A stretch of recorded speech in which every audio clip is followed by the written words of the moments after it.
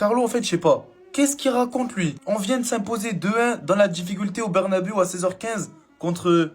Je sais même plus contre qui on a joué. Conférence de presse, un journaliste lui dit simplement qu'on est frustré, nous, en tant que supporters, car on produit pas de jeu.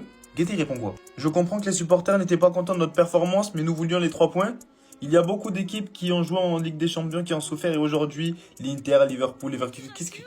Je ne sais pas si ce que tu prends est légal, mon pote, mais tu vas pas nous faire croire que toi, t'es un mec des points. Ça, c'était quoi? Premier match de la saison. Ça, c'était quoi? Lille. Ça joue bien, Lille. Ça, c'était quoi? On a dit classico, ok, 4-0. Ça, qu'est-ce que c'était? Mbappé ridicule. Ça, c'était quoi? Ils nous ont gagné avec la manière, C'était mérité. Il n'y a pas d'erreur d'arbitrage, rien. Là, on n'est même pas parti prendre le point. 0. Ça, qu'est-ce que c'était? Contre même les petites équipes de Madrid, on peut pas, genre. Ça, heureusement que le ridicule ne tue pas, parce que... Ça, là, petit déplacement qu'on a fait à Barcelone, c'est même pas le FC Barcelone, ça, c'est le fake Barcelone, Crary. Mais bref, ça, c'est le match aller plus le match retour. Crary, sur une saison, on n'a pas réussi à battre le faux Madrid, maintenant. Osasuna. Pour 95% d'entre vous. Vous ne savez pas c'est quelle ville d'Espagne? Ça aussi, c'est rien. C'est juste le Betis qui nous ont gagné la semaine dernière, tranquillement, avec Isco, un ancien de chez nous, qui a été élu MVP. Mais bref. Ouais, je suis un rageux. Moi, je vous avertis depuis le début. Les semblants de chewing-gum qu'il prend là dans les matchs que vous voyez. Je vous ai dit, il va chercher ça dans la cité d'en face, vous voulez pas me croire. Par pitié kill. C'est le moment de partir, s'il te plaît. Mon gars, avec tout le respect que j'ai pour toi, tu as apporté de super choses dans ce club. T'es une légende, T'es une légende, Carlo. Mais toute bonne chose a une fin. Ce qu'il faut que vous compreniez, il n'y a que ceux qui connaissent le football qui vont capter. Mais cette saison, je sais pas s'il apporte quelque chose à l'équipe. Sérieusement, En mode là, ce qu'on fait sur le terrain, ce qu'on produit, le peu de jeu qu'on arrive à produire parce qu'on n'a rien. Tactiquement, c'est 0. Pour ceux qui ont fait un peu du foot, vous savez que c'est 0. Le peu qu'on fait, c'est pas grâce à lui. En mode, c'est juste qu'on a des joueurs trop talentueux qui combinent. Des fois, des petits 1-2, des passements de jambes, ça élimine. Ça, des fois, des actions individuelles magnifiques. Mais collectivement, les gars, action de jeu. Action de jeu. Et même quand on arrive, des fois, à produire quelques petites actions, les gars, c'est pas lui. En mode, c'est juste le talent de nos joueurs. Je sais pas comment vous expliquer. S'il est pas là, les gars, c'est pareil. Tu veux venir nous parler de points ici, alors que tout ce que je retiens de ta saison, c'est qu'on est allé en barrage de Ligue des Champions. La Ligue des Champions, c'est la compétition du Real Madrid. On est parti en barrage, tellement c'était chaud. Je retiens également que tu as tué nos pépites. Seulement, quand il fallait les faire rentrer, tu ne l'as pas fait. Les bougs, ils sont découragés. Maintenant, ils rentrent, ils se donnent même plus. Et pour finir, ma plus grande douleur de cette saison, c'est Lamine Yamal mineur qui fait un calma au Santiago Bernabéu. Et je lui en veux même pas parce qu'il a dit ça. Il avait prévenu les gars, on avait une mission. Publication d'après, il fait son match, il marque calma au Santiago Bernabéu, 17 ans. Jusqu'à on est en mars 2025. Je l'avais en travers de la gorge. Je suis un connaisseur de ballon, je ne peux que m'avouer vaincu. Aujourd'hui même, j'ai tweeté seulement respect. C'est tout. Je parle avec le cœur, mais au nom de Dieu, force à toi mon frère. Vraiment courage. Ton entrée aujourd'hui, elle était tellement hard que Vini s'est permis de commenter. Celio is better than Kamavinga. Crary, ton petit frère, il aime bien que toi. Trêve de plaisanterie. 2-1, tranquille aujourd'hui, match à 16h15, on est à domicile. On fait reposer Mbappé, il sort pour notre français Eduardo. Moi je suis branché devant ma télé, je me dis oh il va les faire taire. J'en avais marre de voir des tweets de la sorte, Kama il va rentrer, je sens qu'il va commettre une faute. Crary c'est un U5, c'est un poussin, c'est un résultat des courses, Kamavinga entêté. Mais pas pour de bonnes nouvelles. Parce que j'y croyais. Il avait dit, et je vous l'avais dit, Kama, il avait des problèmes de dos. Ça lui permettait pas d'être à 100%. C'était ma vidéo d'il y a 2 jours, les gars. Il n'a pas eu de continuité à cause de ses blessures. Il a été laissé sur le banc pendant 3 mois et demi, les gars. Il reviendra à son meilleur niveau. C'était bon, pour moi, c'était bon. Genre, quand le coach fait des déclarations comme ça, Kama, il avait juste besoin d'un petit peu de confiance. Et hop, on relance la bête. Petite story il y a 2 jours avec Vini en train de jouer au poker. Je me dis, c'est bon, il prend du bon temps. Faut pas que ces trucs-là, ça la triste. C'est les réseaux. C'est des footballeurs professionnels, les gars. Le moins bien noté, c'est Eduardo. Il a joué 14 minutes. Voilà. Il y en a qui mélangent tout. Il y en a qui profitent. Il y en a qui connaissent rien au football. Il y en a qui ont la culture de l'instant. Il y en a, je sais pas. Il y en a même des proches à moi. Je sais qu'il porte Kama dans son cœur. Et je sais qu'il connaît le foot. C'est ça le pire. Parce que, ok, Kamavinga, il a pas été bon, oui. Il a pas été bon, mais Kamavinga n'a jamais fait ce que Tchouaméni a fait. Hashtag pardon. Parce que lui-même, il sait de la bêtise qu'il est en train de faire, mais au moins ça le dépasse. Pourquoi? Je te demande seulement pourquoi tu fais ça? Pourquoi t'en arrives là? Là, je vais commencer à croire que tu ne connais pas le foot alors que chacun on sait, tu connais, mais pourquoi tu fais ça? T'es français, apporte-lui du soutien, pourquoi? Tu sais que c'est faux dans le fond. Ça devient de plus en plus difficile de le défendre parce qu'il est mauvais. Mais nous, on sait ce qu'il a fait et on sait le potentiel qu'il a. S'il y en a, vous êtes encore dans le train là, dites-moi dans les commentaires. Prière, travail, on sait très bien ce qui va se passer. Tous ceux qui ont critiqué, vous allez commencer à chier comme d'habitude.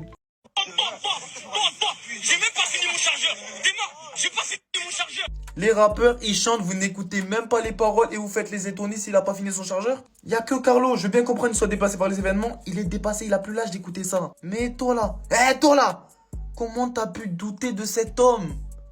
MVP, MOTM, Vini du Brasil, mi amor, por favor, mi hermano, mi primo. Oh là là là là. Je te montre simplement Vinicius à 10% de ses capacités. Modric l'envoie tranquillement en profondeur. Il court toute la moitié de terrain. Il arrive sur le premier défenseur. Crochet, tranquille. Le défenseur décide de faire le coriace ici. Deuxième crochet, il le renvoie encore. Le problème étant, ça se referme, il est obligé de faire demi-tour et d'aller s'enfermer là-bas au corner. Donc, les plus rageux d'entre vous, vous avez soufflé. Je te connais, tu l'as vu en train de faire ses passements de jambes dans le vide là-bas, tu t'es dit, mais c'est bon, qu'est-ce qu'il fait? Il est pas en confiance. Sauf que, sur le tech là-bas, là, j'ai missionné un poteau qui était au stade. Je lui ai dit, dès que Vini, il a la balle, tu le chauffes, tu lui dis, fais-le, fais-le.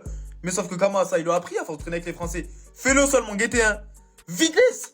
Téléportation, il se retrouve ici, hein. Passement de jambe, il se la décale, il pétarde, c'est tout. Dites-vous seulement hein, que c'était tellement hard pour le défenseur qu'il lui laissait un paquet d'espace et n'osait même plus s'approcher. Sauf que Vini, vous connaissez sa qualité de passe en extérieur. Un kick parti en profondeur, vous savez comment ça finit. Il pétarde à son tour. Jusqu'à lui aussi, il a voulu ouvrir son chargeur. Moi, je n'ai marre bataillé. Je vous mets les images, je vais seulement vous afficher des stats, là, vous allez vous taire. Un but, 4 dribbles sur 5 réussis. 2 passes clés, une très grosse occasion, des tirs, tous les longs ballons ils sont réussis, les duels ils sont gagnés. Mais les gars, quand il s'est fait scam le ballon d'or par le faux de City là, hein? Il vous avait prévenu, il avait tweeté, j'en ferai 10 fois plus si nécessaire. Ah là, depuis le début de saison c'était pas nécessaire. Là on avait besoin de lui, il s'est mis au rendez-vous, c'est tout. Vini est un joueur des grands moments, les grands joueurs dans les grands rendez-vous. À très bientôt si vous voulez rester dans le train, c'est en commentaire. Pardon population, mais je suis obligé de parler de ça. Les gars, vous avez pas l'impression que là, il y a une Zumba qui est en train de se créer. La fameuse Zumba du fait que les 3 joueurs de devant, Mbappé, Vinicius et Rodrigo, ils ne se font pas de passe. Et comme de par hasard, elle apparaît qu'aujourd'hui. Et pourquoi elle apparaît qu'aujourd'hui? Parce que Vinicius, il a fait un bon match. Vinicius a été élu homme du match là aujourd'hui. Parce que ce problème, il date pas que de maintenant. Pourquoi on l'a pas mis en évidence face à l'Atlético de Madrid? Pourquoi on l'a pas mis en évidence lorsque Rodrigo, il était en train de performer? Pourquoi on l'a pas mis en évidence lorsque Kylian Mbappé était en train de performer? Parce que lorsque c'est Vinicius qui performe, lorsque c'est Vinicius qui réussit, bah ça pose problème. Ça pose problème aux gens. Au final, il faut que Vinicius passe pour le mauvais. Parce que oui, il y en a plein qui disent que Vinicius, ouais, il force les frappes. Mais non, les gars. Les gars, s'il vous plaît, ne vous faites pas avoir par la masse. S'il vous plaît. Il y a quelques mois, on était en train de critiquer Vinicius comme quoi il forçait les passes sur Kylian Mbappé. Il y a même quelqu'un qui a fait un tweet sur Vinicius en disant il a jamais vu quelqu'un être aussi content d'avoir perdu son job. Vous imaginez à quel point on critiquait son altruisme. Et maintenant qu'il commence à sortir la tête de l'eau, on commence à le critiquer, à dire que non, il est trop individualiste, non, il faut qu'il donne les... Mais il faut savoir ce que vous voulez hein, au bout d'un moment. En tout cas, sur Vinicius, je suis d'accord, aujourd'hui, il n'a pas fait un match extraordinaire. Mais moi, je vous demande de ne pas faire le 2 poids 2 mesures. Fallait relater les faits bien avant. Aujourd'hui, on a vraiment vu la vraie différence entre Mbappé et Vinicius, les gars. Et ce qui représente très bien ça, c'est leur but à tous les deux, les frères. Parce que tous les deux, ils marquent un but quasiment de la même manière. Ou en tout cas, on pourrait croire que c'est le même but. Mais en vrai, quand on regarde de plus près, ça n'a rien à voir. Parce que les deux, ils te font un crochet à l'extérieur du droit pour juste derrière enchaîner sur une frappe de l'intérieur. Sauf que la différence, c'est que Vinicius, quand il fait son dribble, quand il fait son crochet, il arrive à t'éliminer l'adversaire. Alors que Mbappé, il va te faire son crochet, le ballon il va rebondir 3 fois sur l'adversaire, sur le genou de l'adversaire, sur sa cheville, sur son mollet, pour revenir dans l'épée de Mbappé, et c'est là où il va pouvoir marquer. Regardez juste la différence entre le manque de maîtrise, les frères, ça n'a rien à voir. Regardez, Mbappé il est obligé d'écarter les jambes pour tenir en équilibre. Vinicius c'est fluide, le ballon il lui colle aux jambes, il lui colle aux pieds. Et pourtant, je vous répète, je suis fan ni de Vinicius, ni de Mbappé. Mais clairement, Vinicius, malgré le fait que je suis pas fan de lui, malgré le fait que voilà, je le porte pas forcément dans mon cœur, tu peux pas nier que c'est un très bon joueur de football. Ça, c'est une certitude. Et d'ailleurs, je vous parle de cette action-là, mais c'est quelque chose qu'on voit quasiment tout le temps, les frères. Les difficultés qu'a Mbappé de réussir à un contre un. Et ça, les gars, pour moi, c'est quelque chose qui me paraît totalement normal. Mais quand j'en vois certains parler d'Mbappé, et je suis sûr qu'il y en aura dans les commentaires, on dirait qu'il parle de Neymar Prime, les gars. Vraiment. À la fin de cette vidéo, que quelqu'un vienne me dire que Vinicius n'est pas une légende du Real Madrid, commençons déjà par le but qu'il a marqué aujourd'hui sous un autre angle.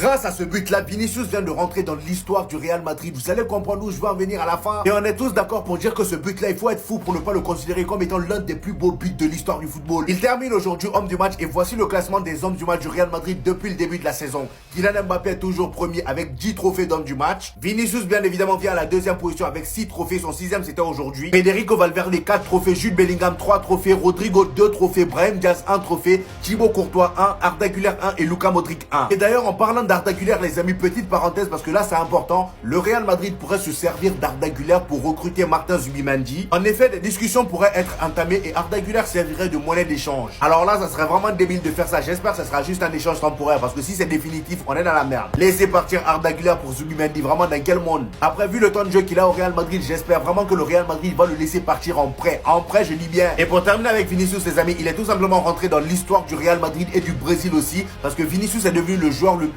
parce que tout simplement il est devenu aujourd'hui il est devenu le meilleur buteur brésilien de l'histoire du Real Madrid avec Ronaldo Nazario. Ronaldo Nazario est à 103 et lui aussi à 103, donc ils sont premiers ex aequo. En deuxième position on a Roberto Carlos, en troisième position Rodrigo, à la quatrième position on a notre cher Marcelo. Comment on peut dire que ce gars là n'est pas une légende du Real Madrid après tout ça?